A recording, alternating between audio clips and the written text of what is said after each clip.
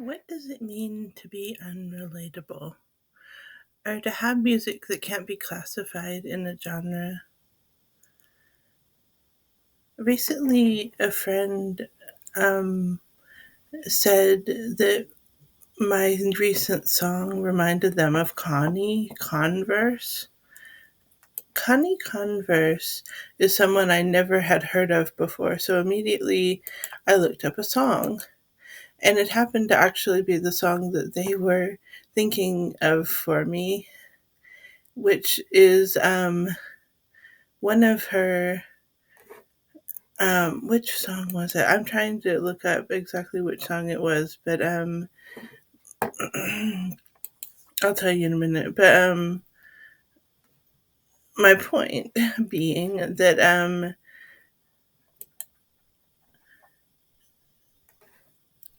I started researching into her, and I really loved her music.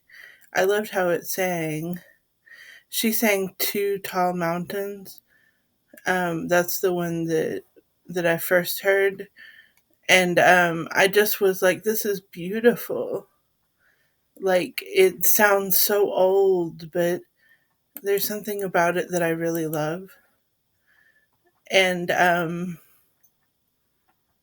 so I um, started looking into her a little bit. I looked up a documentary on YouTube, and the first thing that I came to said that she disappeared. When she turned like 50, she just up and vanished. She wrote a letter to her family saying goodbye and was never seen again. Um, she packed up in a vehicle and left. And I don't think anybody knows what happened. But I'm about to actually read aloud the Wikipedia article on her. And I just wanted to talk a little bit about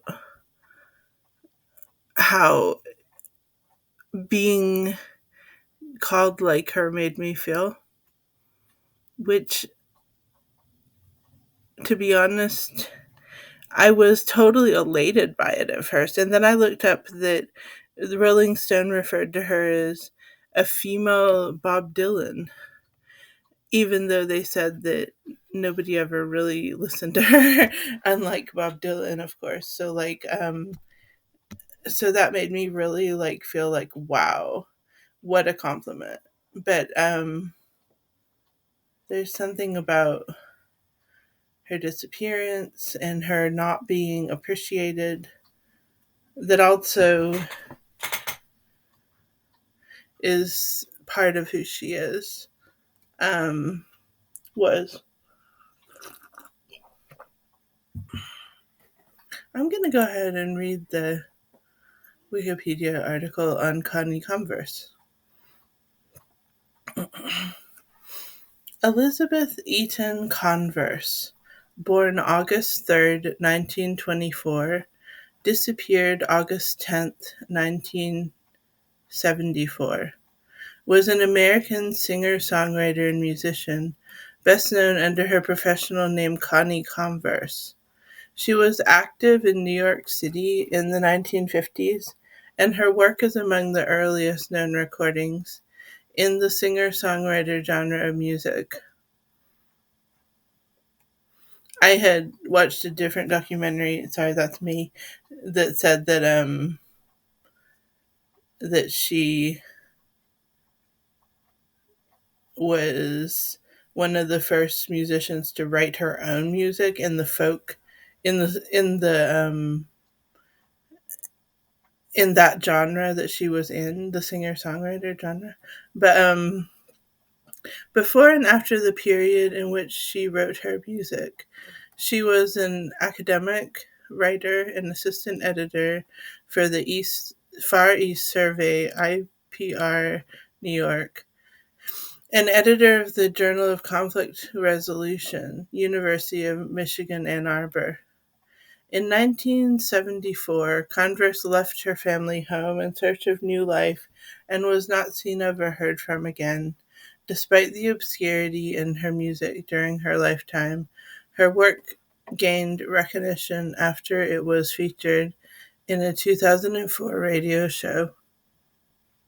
In March 2009, a compilation of her album and of her work, How Sad, How Lovely, was released. That's the one that I listened to, one of it. Well, all of it, actually.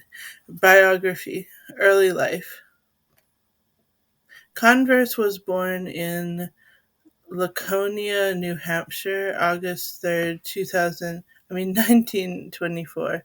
She was raised in Concord, New Hampshire, as the middle child in a strict Baptist family, and her father was a minister and her mother was musical, according to music historian David Garland.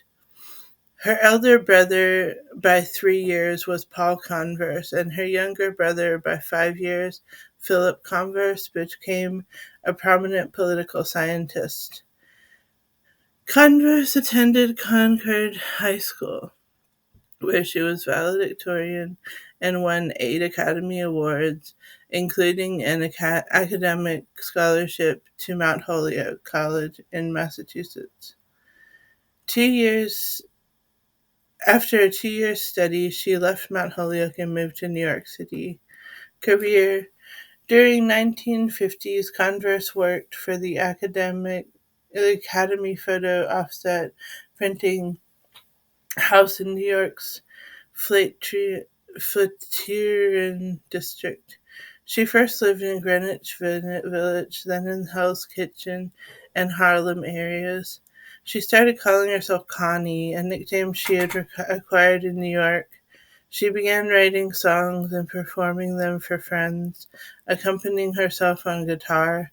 She began smoking during this time and started drinking, behaviors contrary to her religious upbringing. Possibly as a result, her parents rejected her music career. It was thought that her father never heard her sing before his death, but a tape recording of a family visit in 1952 reveals Converse sang a couple of songs for her father and mother in her apartment in Grove Street, New York. In 1954, Converse was encouraged by a friend to perform at a music salon hosted by graphic artist and audio enthusiast Gene Dietschy, who recorded the performance. Converse's only known performance was a brief television appearance in 1954 on the morning show CBS Walter Cronkite, which Deitch had helped to arrange. In 1956, she recorded an album for her brother Philip titled Musics, Volumes 1 and 2. In 1961, Converse had grown frustrated trying to sell her music in New York. That year she moved to Ann Arbor, Michigan with her brother Philip, where her brother Philip was a political science professor at the University of Michigan. Converse worked in a secretarial job and then as a writer for a managing editor of the journal Conflict Transformation. Personal life. Converse was very private about her personal life. According to Deitch, she would respond to questions about her personal life with a curt yes or no. Both Deitch and Connie's brother Philip have said that it was possible she might have been a lesbian, although she never confirmed this notion, or denied rather. Her nephew Tim Converse had said there is no evidence that she ever involved in romantic relationship. Her family noted that Connie relied more heavily on smoking and drinking towards the end of her time living in Michigan. Disappearance. By 1973, Converse was burnt out and depressed.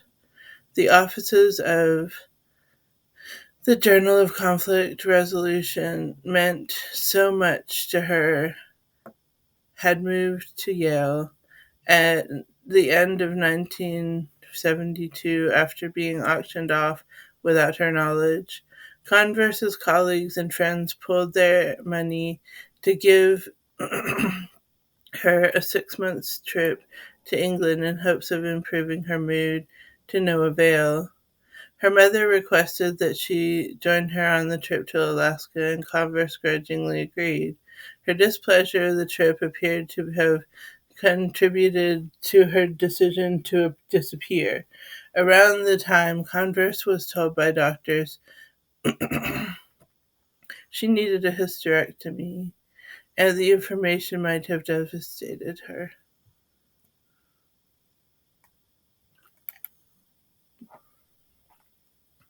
In August 1974, days after her 50th birthday, Converse wrote a series of letters to family and friends, suggesting her intention to make a new life in New York City.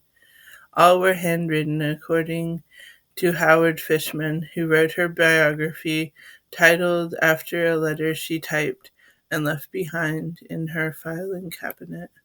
To anyone who ever asks, if I am long unheard from,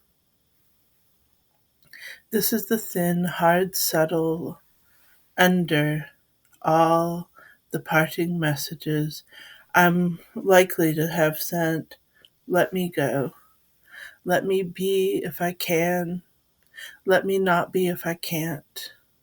For a number of years now, I've been the object of affection and concern to my relatives, and many friends in Ann Arbor have received not just financial and spiritual support from them, have made a number of efforts in this benign situation to get a new toehold on the lively world, have failed. In the months after I got back from my desperate flight to England, I began to realize that my new personal inabilities were stubbornly handing in. I did fight, but they hung in.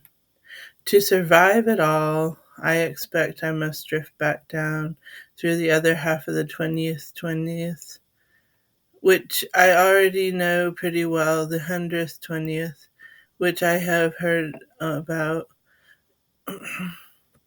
I might survive there quite a few years, who knows? But you understand, I have to do this with no benign umbrella. Human society fascinates me in a way, awes me, and fills me with grief and joy. I just can't find my place to plug it into it. So let me go, please, and please accept my thanks for the happy times I am in everyone's debt. In a different letter, Philip Converse included a check and a request that he make sure that her health insurance was paid for and in a good standing with certain amount of time following her departure, but for him to cease paying the policy on a certain date. Converse was expected to go on an annual family trip to the lake, but by the time the letters were delivered, she had packed her belongings in her Volkswagen Beetle and driven away, never to be heard from again. The events of her life following her disappearance remain unknown. Several years after she left, someone told her brother Philip that they had seen a phone book listing for Elizabeth Converse in either Kansas or Oklahoma, but he never pursued the lead. About 10 years after she disappeared, the family hired a private investigator in hopes of finding her. The investigator told the family, however, that even if he did find her, it was her right to disappear, and he could not simply bring her back. After that, the family respected her decision to leave and ceased looking for her. Activism. Converse spent many years being a performer as an activist, writing memos like EDD memo against racism, published her thoughts on HUAC. Around 1968 to 69, Connie wrote a memo as a white member of the People Against Racism. Um, my main response to her was not about that, so I'm just going to skip that section, or the activism section, because I'm going to also have to talk about my response to her. So I'm going to go down to legacy. In January 2004, Deitch, by then 80-year-old and having lived in Prague since 1959, was invited to New York music historian David Garland to appear on the WNYC radio show Spinning on Air.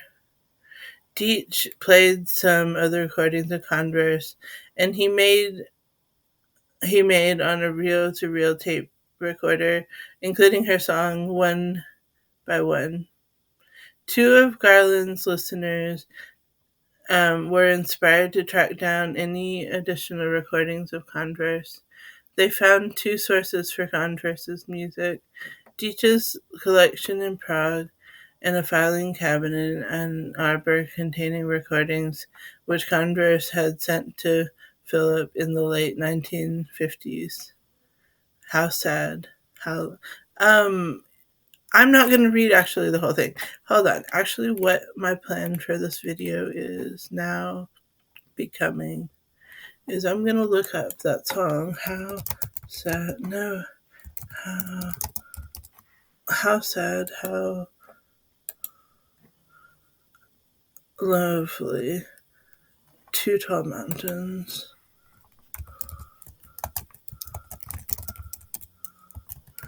I just wanted to look up the lyrics to it for a minute. But what my actual plan for this video is becoming, what I really think is just that I want to talk a little bit about my response to being called like her. Just a little bit. There are so many underappreciated musicians and artists and YouTubers. I don't think of myself firstly as a musician at all.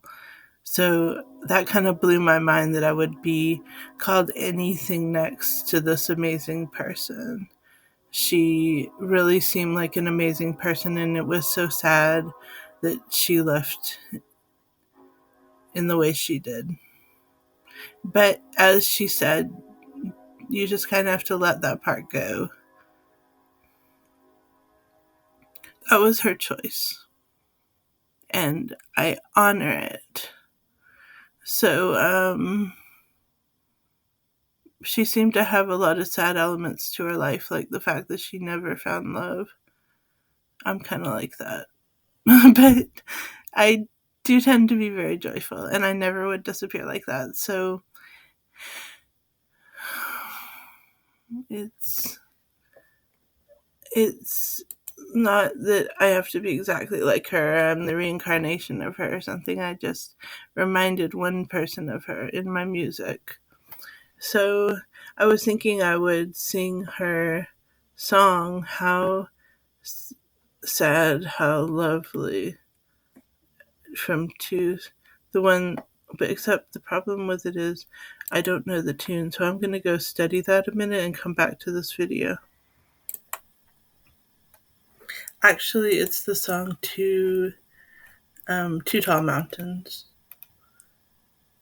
In between two tall mountains, there's a place they call lonesome. Don't see why they call it lonesome. I'm never lonesome when I go there. See that bird on my oops. See that bird on my windowsill. Well, he's saying whippoorwill all the night through. See that brook running by my kitchen door. Well, it couldn't talk no more if I was you. Up that tree, there's a sort of squirrel thing. Sounds just like we did when we were quarreling in the yard. I keep a pig or two. They drop by and for dinner like you used to do. I don't stand in need of company with everything I see talking like you. Up that tree, there's a sort of squirrel thing. Sounds just like we did when we were quarreling. You may think you left me all alone, but I can hear you talk without a telephone. I don't stand in need of company with everything I see talking like you. See that bird sitting on my windowsill?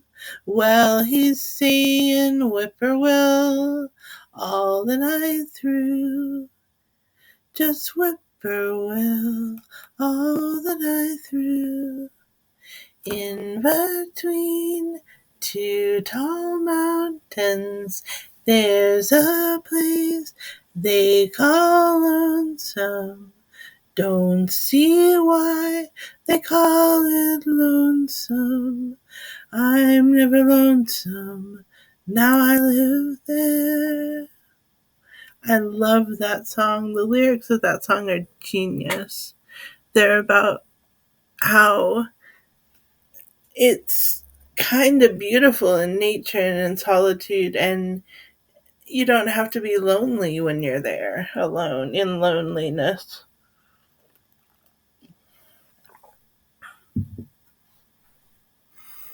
Well, if you don't want me to live the plight of Connie Converse, you might subscribe and follow my stuff and ring that bell.